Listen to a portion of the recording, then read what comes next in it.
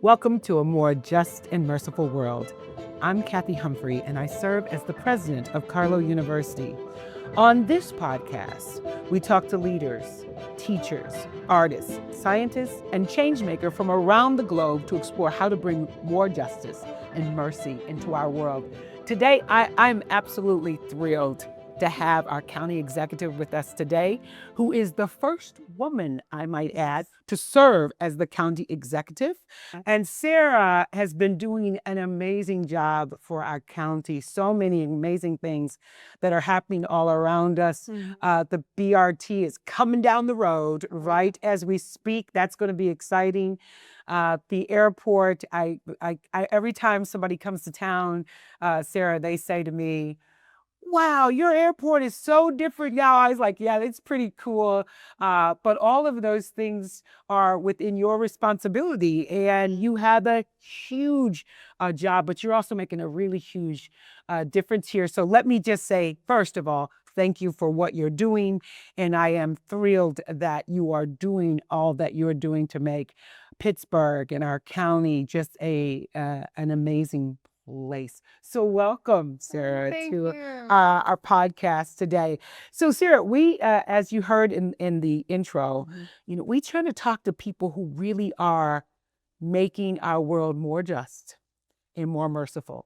And when I think about people who are really doing this work, and I try to interview people who are doing that work, you are doing that work. you are really changing people's lives with the new programs that you're putting in place. I remember when you first came into office, you were really concerned about the unhoused, and you had this ginormous goal of how many additional housing spaces that you were going to create. Talk to me. Where's all that coming from? What made you decide I can make a difference, and I'm going to run for county executive to make that difference? Yeah. So I think it's important to kind of understand the context in which we're operating as Americans. And if you look at government and you look at data, people are losing trust in their government institutions. So every year, the faith in Congress goes lower and lower and lower. And the thing is that government is a neutral tool. It can be used for good and bad. And That's good. if we want to create more trust, we have to be able to communicate with people, deliver for people, be responsive to the greatest needs and challenges that exist in our region. And, it's really hard to change things at the federal level. I was in the state house for 5 years before I was a county executive, and that change is hard too. It's possible, but it is very hard as well. But when you're looking at county government, especially a county like Allegheny County, where we have 1.25 million people, county government has about a $3 billion budget or so. We have 19 different departments. We have a ton of authorities that we're responsible for. You can actually scale impact. You can be an laboratory for good ideas to flourish and for that feedback and trust loop to circulate. And so all that to say is that that's the way I approach county government, is like, how do I really keep a pulse on what's going on in people's everyday lives? And then how do we move the ship of county government to be responsive to those needs? And it's big enough to have the impact, but it's also small enough to be able to be more nimble than other levels of government. So I hope, at the end of the day, I'm like, how do we restore trust in government? Because when I grew up, I really didn't have a political consciousness. I grew up in the suburbs of Allegheny County. I had, I came from a 2-parent household, went to a nice suburban school. And really, when I was 14 or 15 years old, we found out that my dad was suffering from a substance use disorder. He was addicted to opioids, and he went to seek help. And, that was a really tumultuous time for my family. It really upended our stability. Eventually, my mom took my sister and I out of that household, and, she had graduated with a high school degree, and she was trying to find work and trying to find places for us to live. And, it really upended the world that I was living in, and to no fault of my own or my mother's own. It's just, it was a consequence of what Of what life. was going on, Yeah. and just showed how precarious people's situations can be and how easily families can fall through the cracks. And how quickly things can change. exactly. Right? And how the most of the time when we're talking about making a difference in people's lives, oftentimes people feel like, well, if you just pull yourself up by your own bootstraps, if you just do this, if you just do that, not realizing that oftentimes they have no bootstraps. Oftentimes they haven't been given anything to assist them in any kind of way. And most people who are doing well have started from a very different place, right? And so I am thrilled that you're sharing your story, because I think your story is the story of so many people. Right. And that, and what I love about your story is you can have that story and be the county executive. Yeah, exactly. Okay. Exactly. Which means you can have that story and be anybody you want to be, which I think is another incredible story that you're telling, and also shows us a little glimpse into your passion for this work. Yeah. And I think people are really hungry to elect authentic people. Yes. And the way, like, not all politicians are the same. They shouldn't have to fit into a mold. And, I found that my greatest success is tied to being vulnerable. And that's a great way to build trust with people, showing that, hey, I'm imperfect. I'm an imperfect person. I have an imperfect story. I've seen challenges. They're, ones that are shared by so many others. And so it helps to display empathy and show that, even if we don't agree 100% on the politics of things or the policies, that we can respect each other as human beings and where we come from. That whole notion of just respect, right? Because a lot of the work is driven, even for me, a lot of the work is driven out of this whole notion of being able to respect the person beside me, no matter. No matter where they come from, they deserve my respect. They deserve my care. They deserve my love, no matter where they've come from. And this is what I am seeing that you are attending to when with the new program that you're doing for childcare, right? People need help. Yeah. And they need that assistant. And what's amazing about the childcare program, I watched you on TV making the big announcement and thought, this is incredible, because, of course, we have early child care here at Carlo. I like to say we educate from 0 to 80, because we really don't do high school, but we do everything from early learning to 8th grade, and then we pick you back up when you get to college. But the need is incredible, right? We have a wait list for children 0 to 3. It's incredible, the wait list, because there's not enough providers.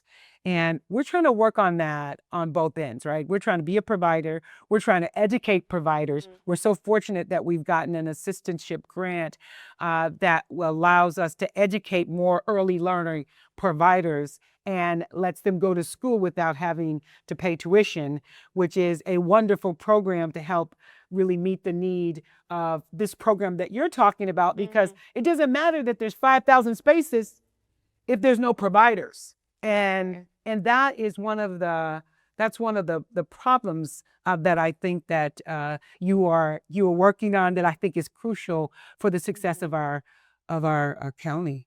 Yeah, absolutely. So you're referring to the new initiative we launched called Forward with Families, and that says, how do we really bring together the constellation of programs that exist, understand where the gaps are, presenting themselves, and really make sure that people understand that Allegheny County is a great place to raise a family, and that we're all actively working at all levels of government to ensure that. So Forward with Families looks at 5 pillars. So it looks at health and wellness.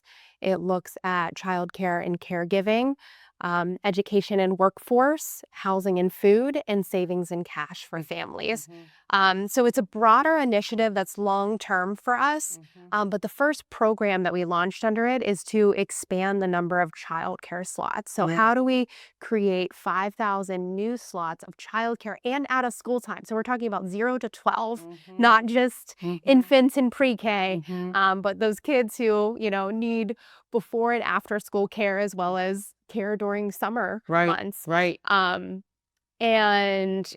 it's all about strengthening the system. So it is a universal benefit for everyone, every parent who has kids those ages, like just opening up the supply and creating a fund that's flexible and allows providers to be able to use the money in a way that they see fit. So whether it's buying equipment, whether it's updating fire safety equipment, whether it's supporting their workforce, how are we going to make sure that we can get those slots? So we're really trying to be creative and innovative in government. And those aren't normally terms that are associated with government.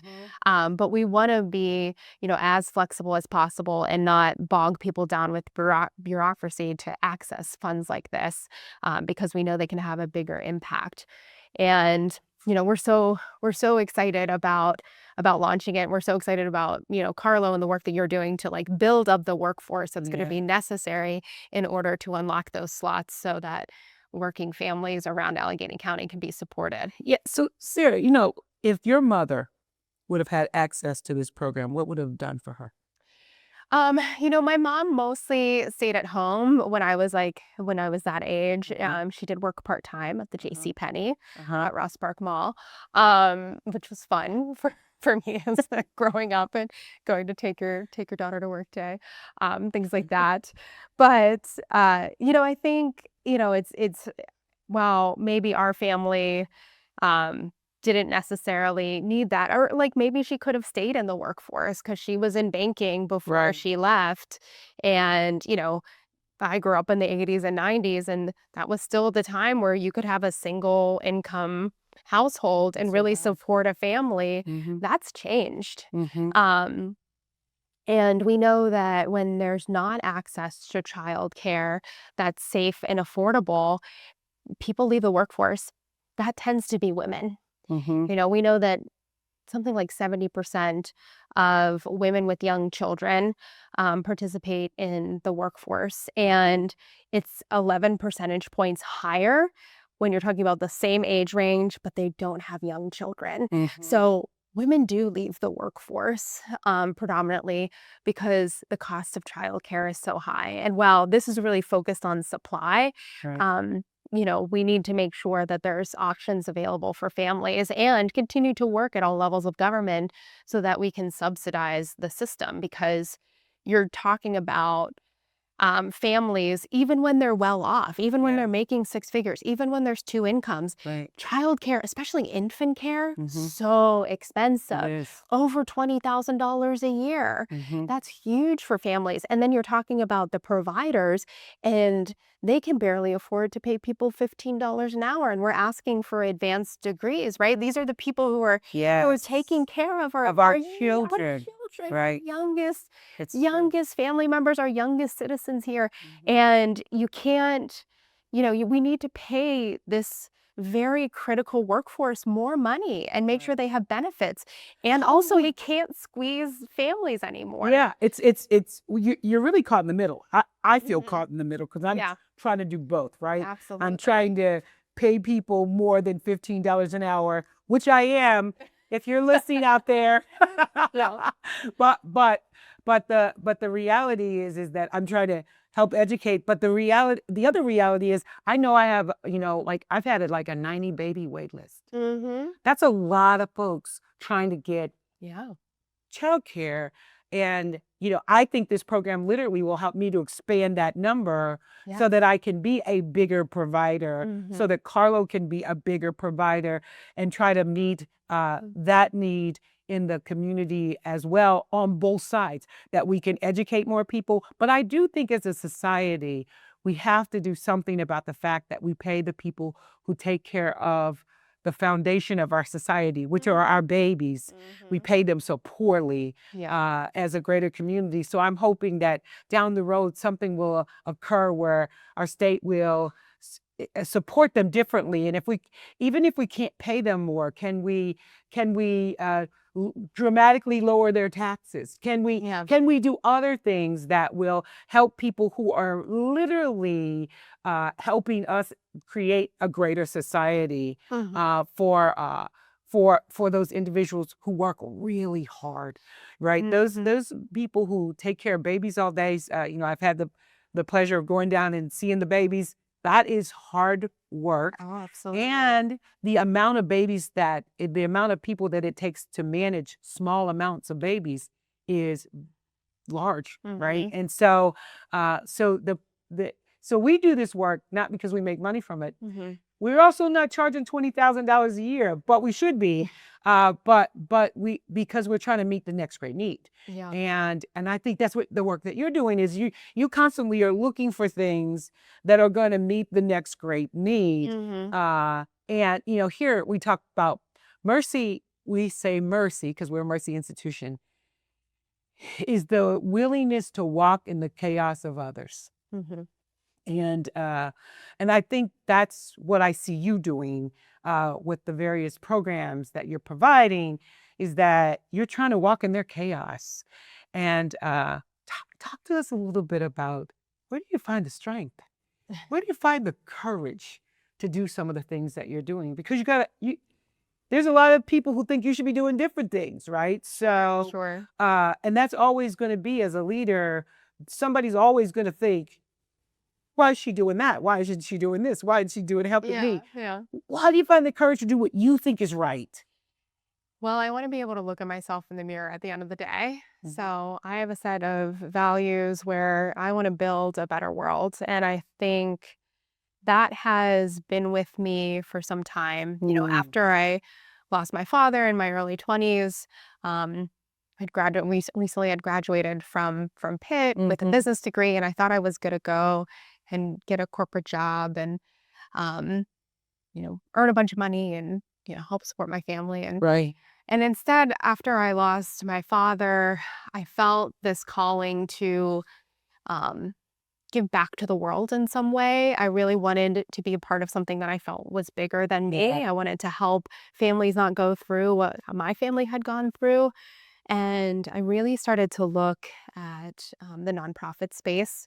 And so I was fortunate to serve in some nonprofit roles and help nonprofits and government agencies for some time. But when the opportunity opened up to run for state representative first, I took it.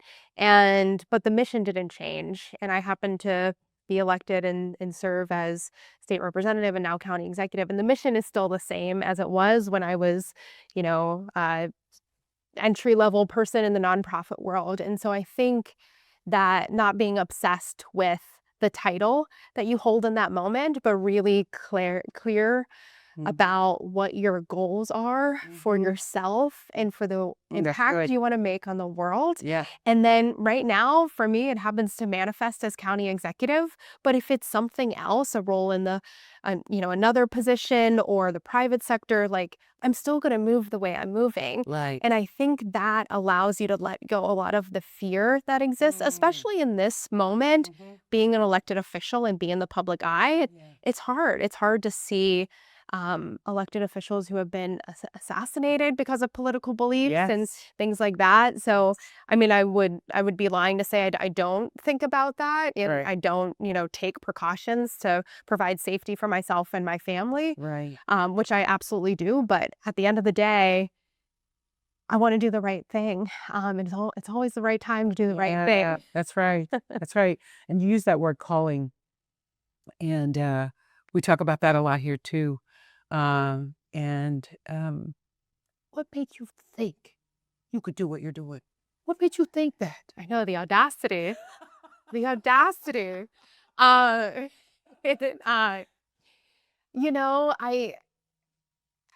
It's interesting if you research women in politics, and it's often said that women need to be asked 7 times before they consider running for office. I know I hate to genderize it, but like it is like men tend to, check a couple boxes of the full list and they're like, oh, I can do this. But like, for some reason, the way that we've built society, women just feel like they have to be perfect or check all of the boxes 100%, or they have to be at 150% before they proceed to that next rung of leadership. And so, when I was considering running for state house, it was actually not my idea. I was very resistant to the idea. I had been, I was self-employed. I was consulting. I had started through my work with Coro Women in Leadership. I had started a program called She Runs, which was helping more women run for office because at the time, this was 2016, Pennsylvania ranked 49th when it came to women in office. Wow. And it's not just about electing 100% women, it's about having a representative democracy, which is what's promised to us as citizens of this country, a representative democracy. But if we are 50% of the population, but we do not make up 50% of the bodies that govern us, then there's an imbalance, there's an injustice. Right. Now, I want everybody to catch one thing you said, and then we're going to keep going here. Because I do think what you're talking about as far as checking the boxes. And, oftentimes women believe they've got to check every single box.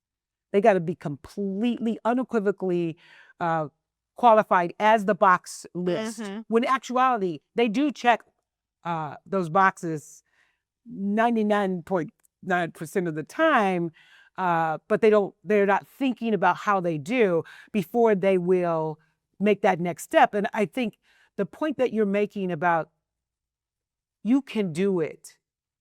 And just because somebody created a box that has to be checked, it's not necessarily so that you need to check that specific box because you have so many other boxes that you are checking. And so I just think that's a really important point. I didn't want us to move past that because somebody out there needs to hear, start anyway. Exactly.